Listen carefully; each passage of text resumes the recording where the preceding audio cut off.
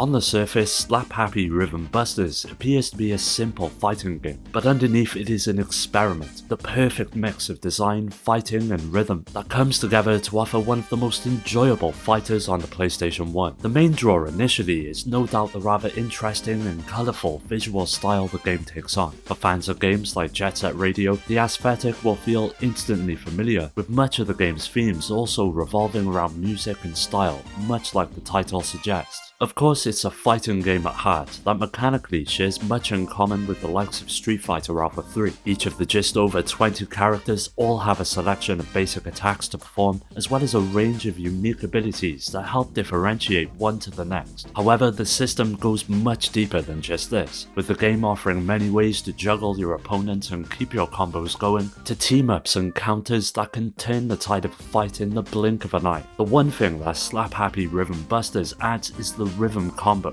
These moves take up all 3 super meters if they hit, and only 1 if they miss. When they hit, the screen changes and the player has the opportunity to use rhythm as a weapon. Each character has a certain pattern of beats to press on the controller, and as you would guess, the more successful presses, the more damage you're going to deal out. The game allows for a good amount of replay as well. 2-player mode is fun, and there's plenty of secret characters to unlock, by both beating the game and completing DJ practice, where you get the chance to try both easy and hard versions of every character's rhythm combo. All in all, if you like fighting games, you owe it to yourself to try this one out.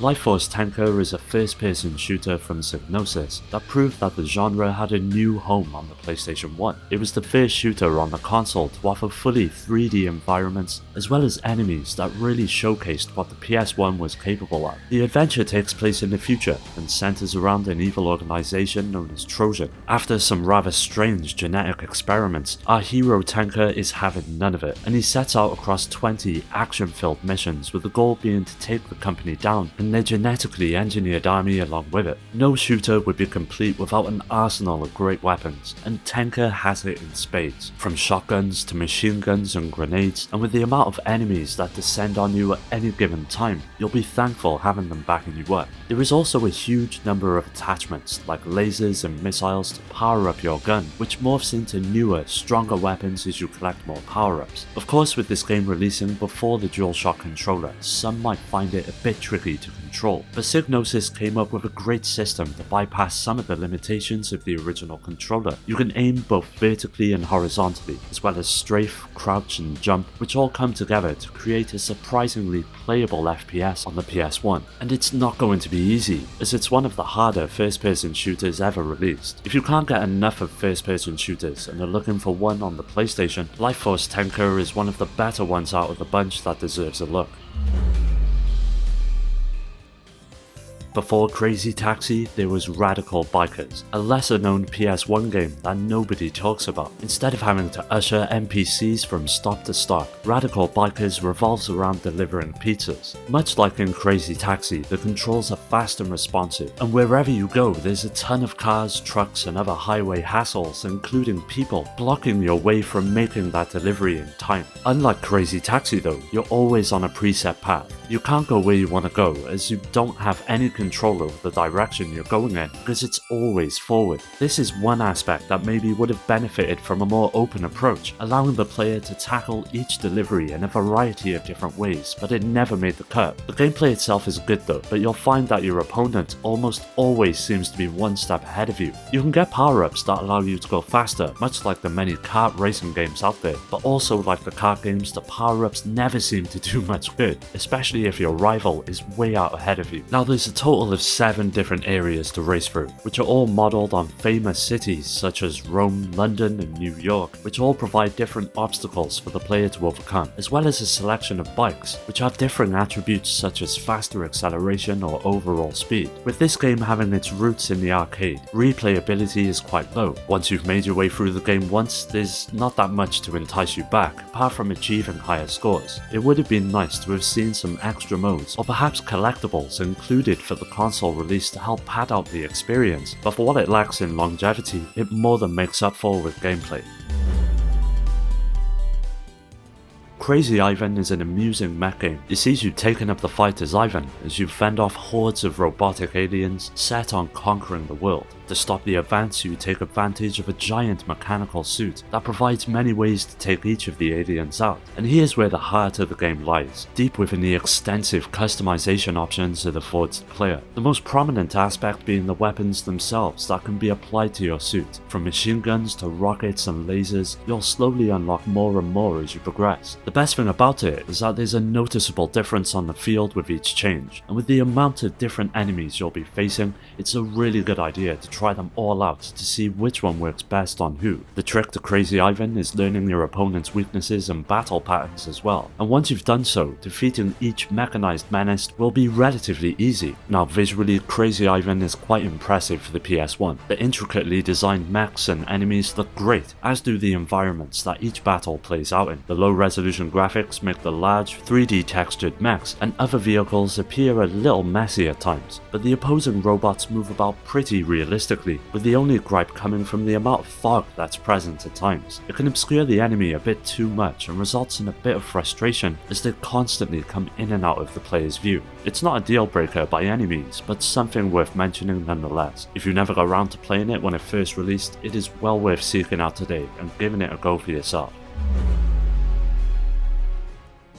There was no shortage of quality fighting games on the PlayStation 1, from heavy hitters like the Street Fighter Alpha series to more technically advanced offerings like Tekken or Dead or Alive. There was plenty to choose from, but as with most consoles, there were many games that ended up flying well under the radar, and Samurai Deeper Kyo was one of them. Based on the anime of the same name, it offers up many of the characters you'll know if you're at all familiar with the source material and pits them together across several different modes. The main one being arcade, that sees you taking your chosen character through a series of fights and getting rewarded with several unlockables upon its completion. The gameplay is extremely simple and centers around a string of basic attacks, as well as character-specific specials that help spice up the action. As you would expect, a pretty robust combo system is in place as well that rewards those who get to grips with its nuances. There's plenty of characters as well, so it's a good idea to try each of them out to find one that suits your style of play best, as each special move offers up different opportunities to land as much damage as possible, from projectiles to devastating super attacks that are vital when it comes to the more challenging enemies. Visually, Samurai Deeper Kyo's sprite work looks beautiful in action, with a surprising amount of animation given to the simplest of movements within the game. Matching this are the stages themselves that range from bustling cities to the more rural countryside that provide impressive backgrounds for each fight. On the whole, Samurai Deeper Kyo is a solid fighter. By no means is it the best on the system, but if you've exhausted the more well-known options, it's a game that's well worth trying out for yourself.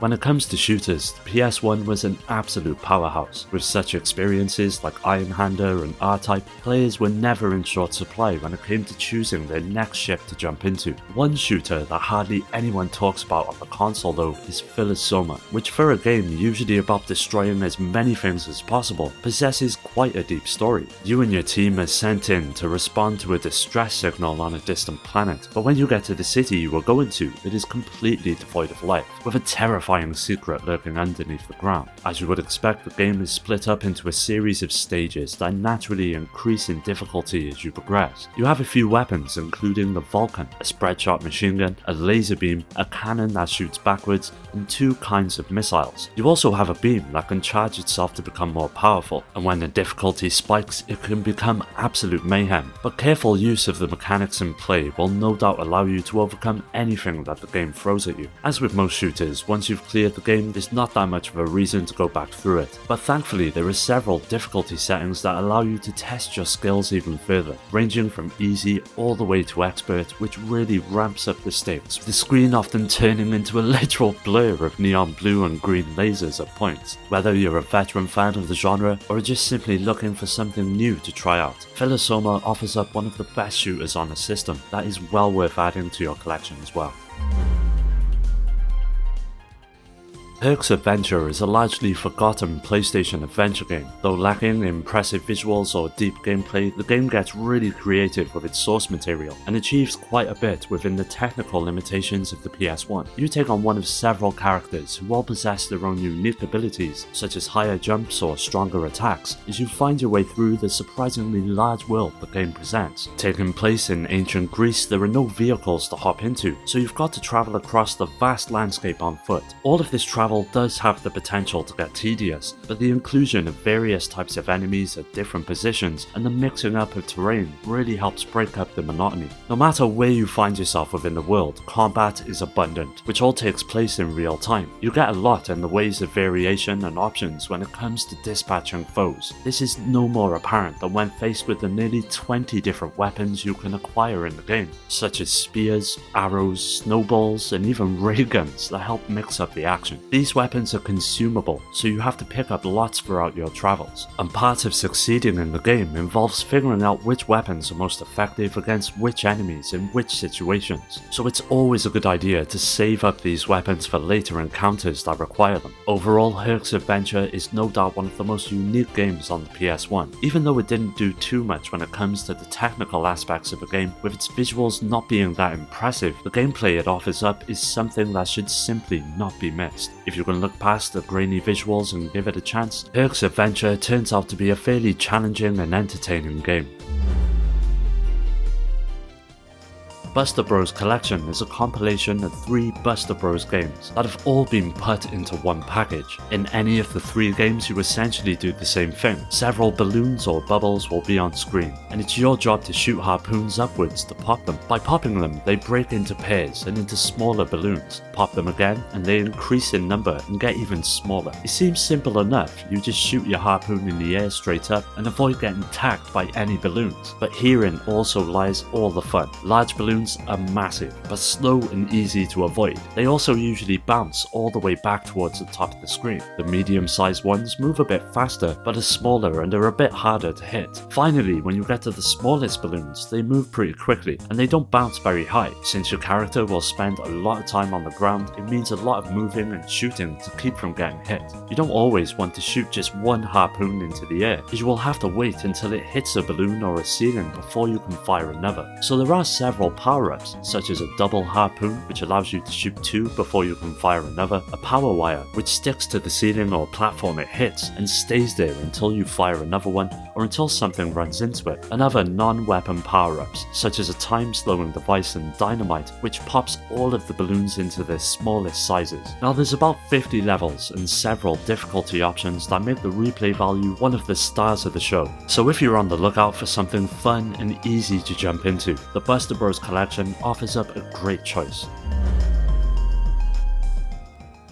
After the first Bushido Blade hit the PlayStation, its unique take on weapon-based fighting games took the community by storm, and no doubt solidified its chances of a sequel. Fast forward a couple of years and the follow-up landed, which remained true to the many mechanics and ideas introduced in the first game, but took the concept one step further with extra content and ways to play. The characters now numbered in the double digits, and allowed you to fight with different weapons once again. A truly nice aspect in which your character, depending on the weapon used, moves with that weapon in hand like they should, either with such speed that you can hardly blink, or with a slow, blundering step that adds to the overall realism the game has to offer. You've probably noticed that there's no life bars during play, because this is a game of skill, and in some cases luck, much like a real sword fight would be. It's all about realism, and that fundamental tenet of Bushido Blade has not left with the sequel. While it can be daunting, you need to master what weapon is right for you to use. There's going to be a lot of trial and error as you make your way through, but by the time you've mastered the way in which to play, it can feel extremely rewarding. Ending a fight in mere seconds with a well-timed slash is something that just never gets old. While on the whole it didn't improve too much from the first game, the sequel does a solid job of recreating the art of swordplay, giving you several characters to start with and a range of weapons to master. On top of this, there's several hidden secrets that will keep you coming back for more in order to see everything the game has to offer. If you can find it on the cheap, Bushido Blade 2 is well worth adding to your shelf.